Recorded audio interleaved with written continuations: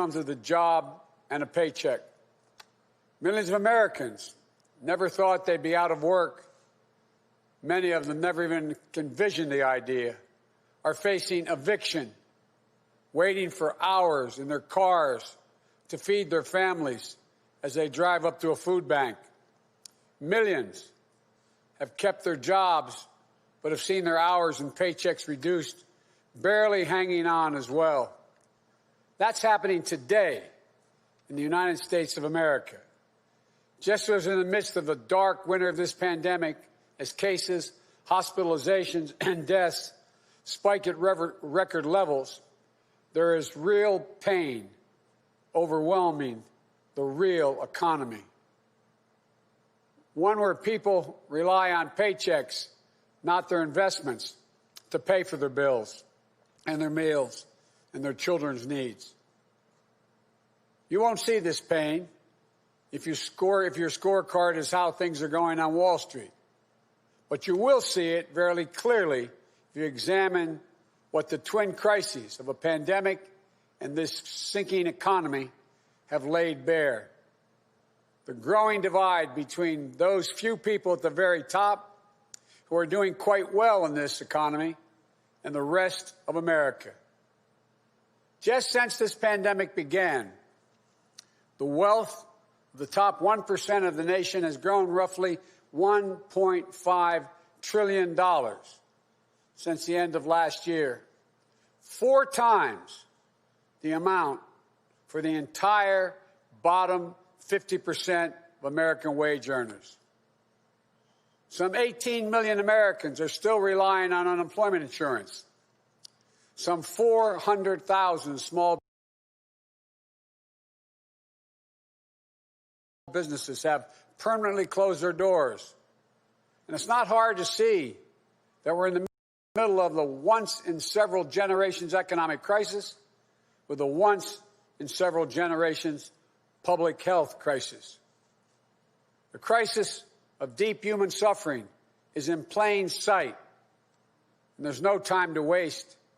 We have to act, and we have to act now. This is what economists are telling us. More importantly, it's what the values we hold dear in our hearts as Americans are telling us. A growing chorus of top economists agree that the moment of crisis, in this moment of crisis, with interest rates at historic lows, we cannot afford inaction. It's not just that smart fiscal investments, including deficit spending, are more urgent than ever.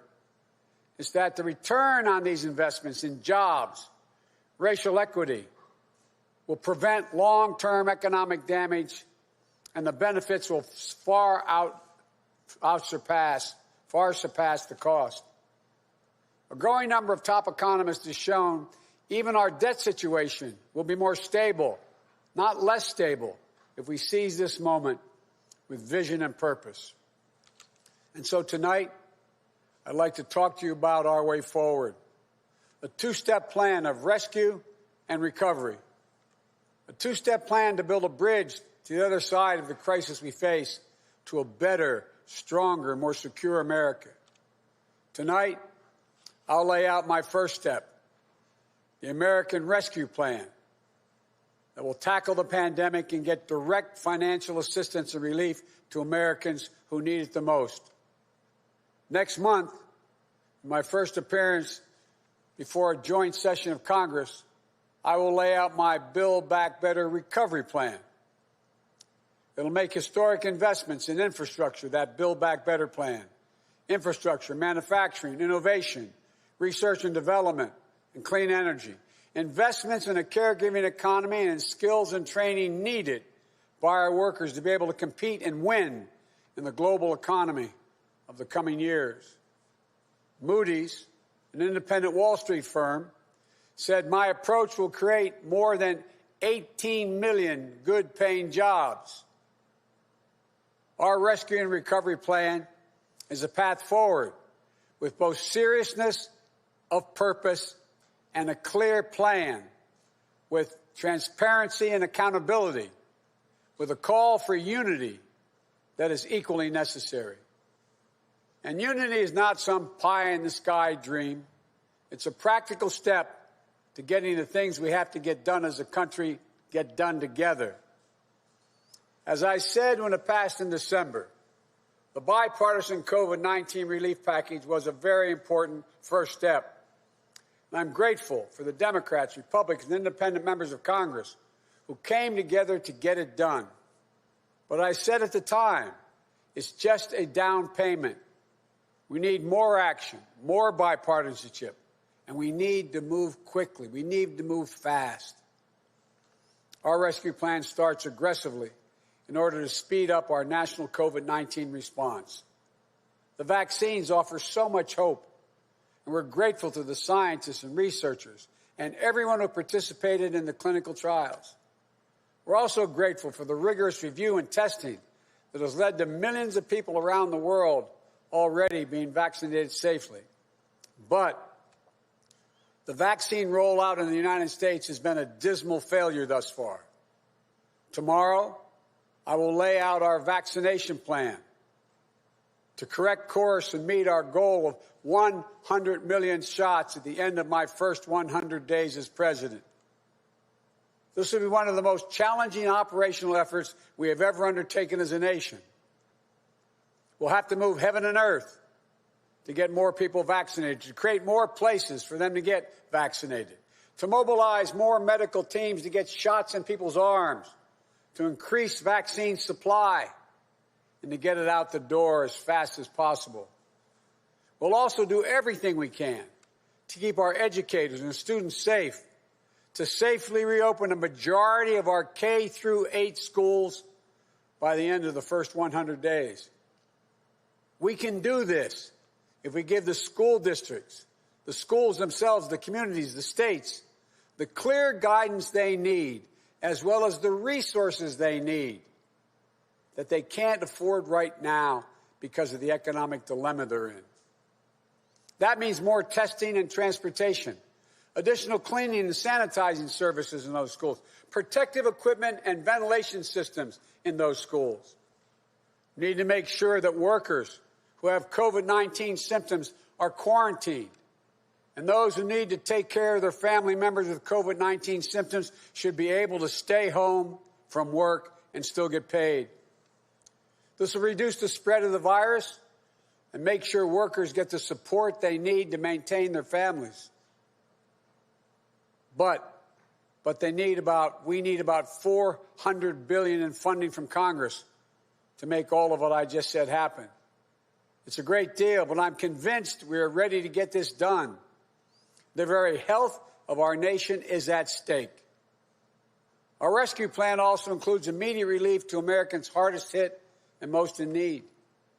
We will finish the job of getting a total of $2,000 in cash relief to people who need it the most. The $600 already appropriated is simply not enough. You just have to choose between paying rent and putting food on the table. Even for those who've kept their jobs, these checks are really important. You see, if you're an American worker making $40,000 a year with less than $400 in savings, maybe you've lost hours, or maybe you're doing fewer shifts, driving a truck or caring for the kids or the elderly.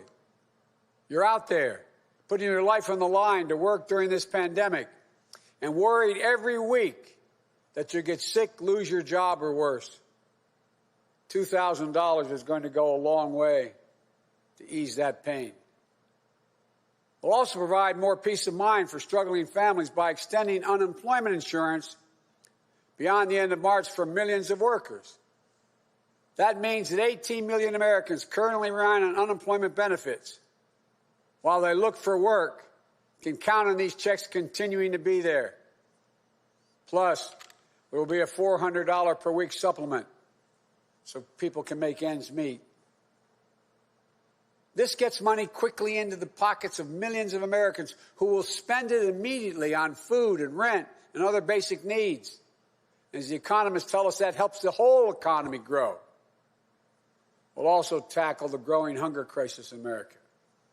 As I speak, and the Vice President-elect has spoken to this many times, 1 in 7 households in America More than 1 in 5 Black and Latino households in America report they don't have enough food to eat. This includes 30 million adults and as many as 12 million children. It's wrong. It's tragic. It's unnecessary. It's unacceptable.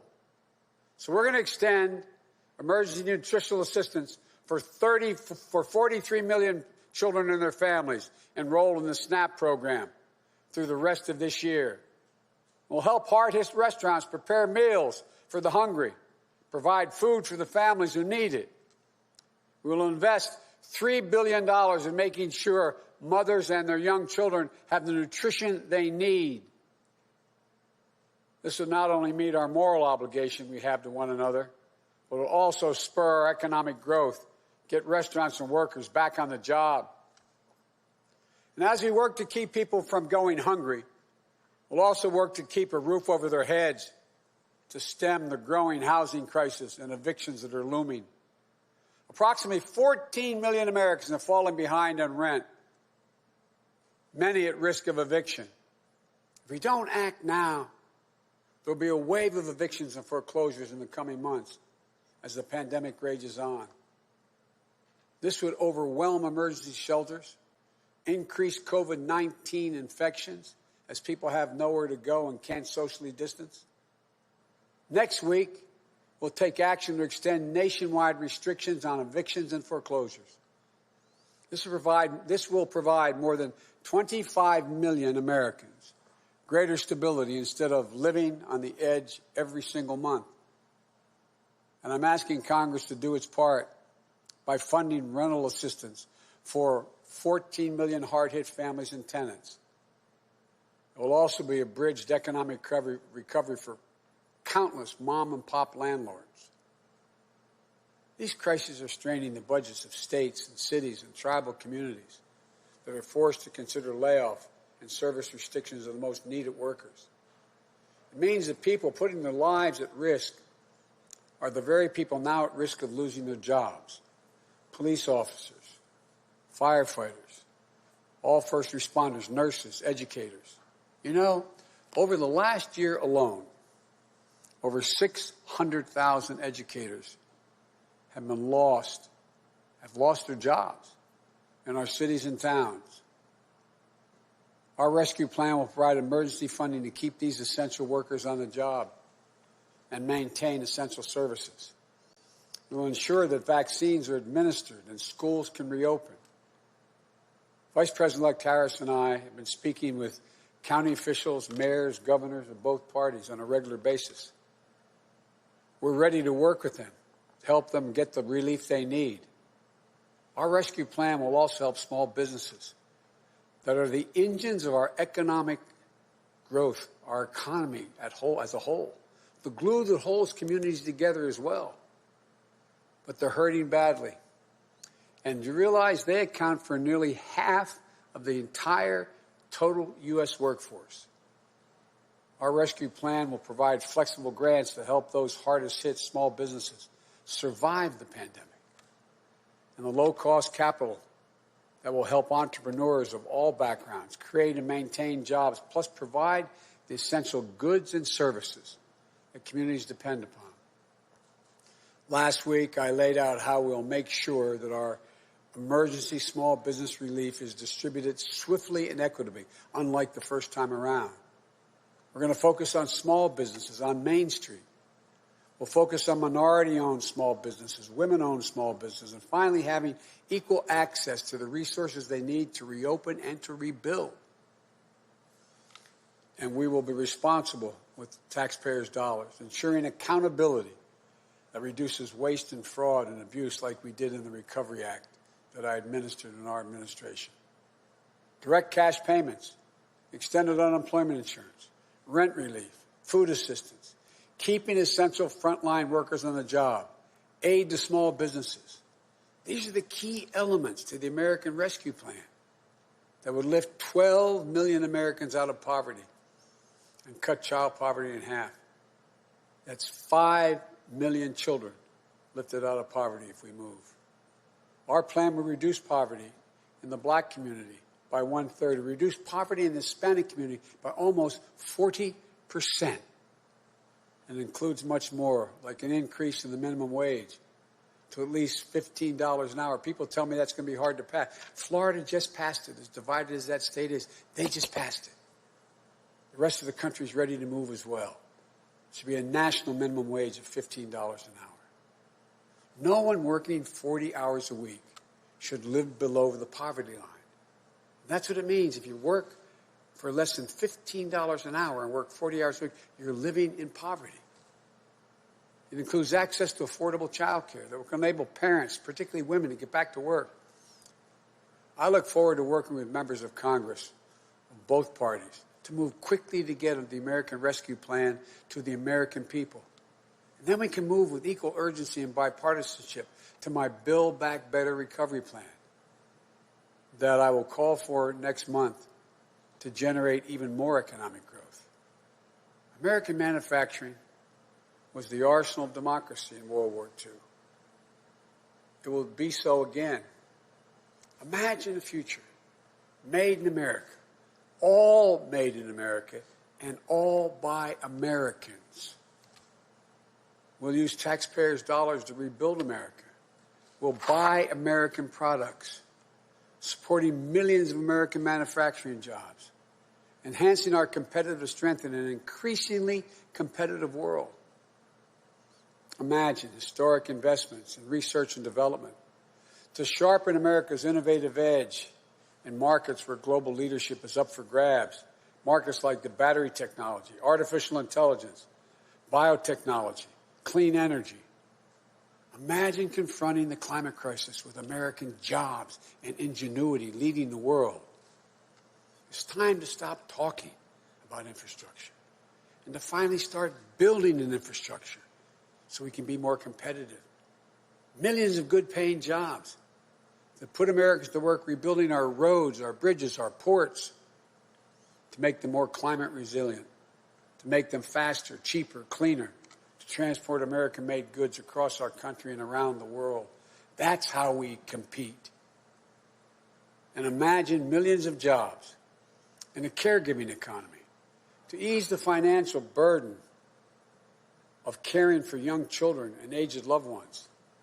Let's make sure our caregivers, mostly women, women of color, immigrants, have the same pay and dignity that they deserve. So we can do these bold, practical things now. I know what I just described does not come cheaply, but failure to do so will cost us dearly. The consensus among leading economists is we simply cannot afford not to do what I'm proposing. Independent, respected institutions from around the world, from the Federal Reserve to the International Monetary Fund, have underscored the urgency. Even Wall Street firms have reinforced the logic. If we invest now boldly, smartly, and with unwavering focus on American workers and families, we will strengthen our economy, reduce inequity, and put our nation's long-term finances on the most sustainable course. And where we're making permanent investments, recurring investments, as I said in the campaign trail, we will pay for that by making sure that everyone pays their fair share, not punishing anybody. We can do it without punishing a single person by closing tax loopholes for companies that ship jobs overseas, or to allow American companies, 90 of them, the top Fortune 500, to pay zero in federal income taxes, asking everyone to pay their fair share at the top so we can make permanent investments to rescue and rebuild America. It's the right thing for our economy. It's the fair thing. It's the decent thing to do. We not only have an economic imperative to act now, I believe we have a moral obligation. In this pandemic, in America, we cannot let people go hungry. We cannot let people get evicted. We cannot watch nurses, educators, and others lose their jobs. We so badly need them. We must act now and act decisively. My fellow Americans, the decisions we make in the next few weeks and months are going to determine whether we thrive in a way that benefits all Americans, or that we stay stuck in a place where those at the top do great, while economic growth for most everyone else is just a spectator sport, and where American prospects dim, not brighten. These investments will determine whether we reassert American leadership and outcompete our competitors in a global economy. We're better equipped to do this than any nation in the world. Or that we watch them catch up and pass us by. Together, I know which path we'll choose. And that includes all Americans, so we can own the 21st century. But even with all these bold steps, it's going to take time to get where we need to be.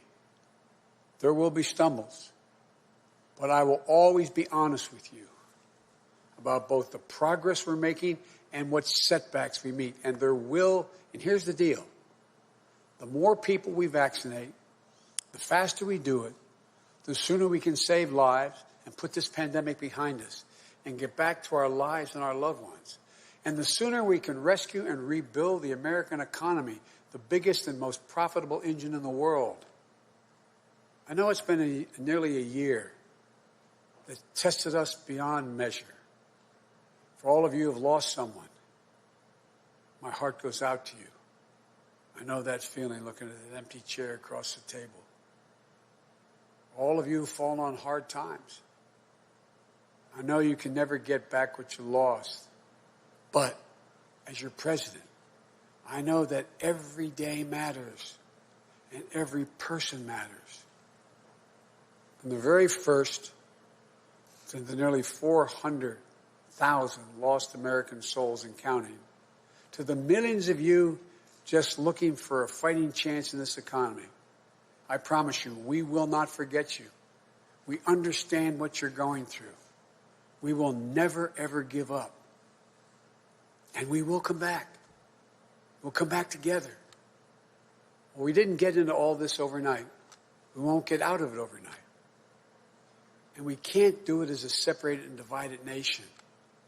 The only way we can do it is to come together as fellow Americans, as neighbors, as the United States of America. And when we do, there's nothing beyond our capacity. I've said this many times. When America acts as one, there's never been a single thing we've been unable to do, no matter how consequential the issue has been. Out of all the peril of this moment, I want you to know, I give you a word, I see the promise as well. We've seen clearly what we face now. And I remain so optimistic about America. As optimistic as I've ever been. We have everything we need, but the will must be demonstrated. So come Wednesday, we begin a new chapter. The Vice President-elect and I will do our best to meet all the expectations you have for the country and the expectations we have for it. I'm confident. I am truly confident. Together, we can get this done and come out better off than when we went into this crisis. God bless you all, and may God protect our troops.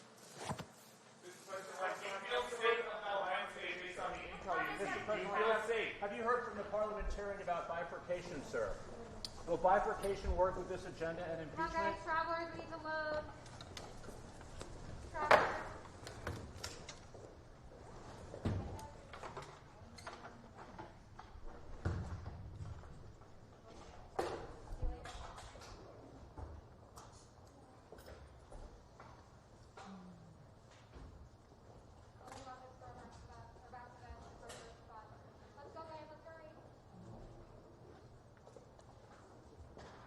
Bye, travelers.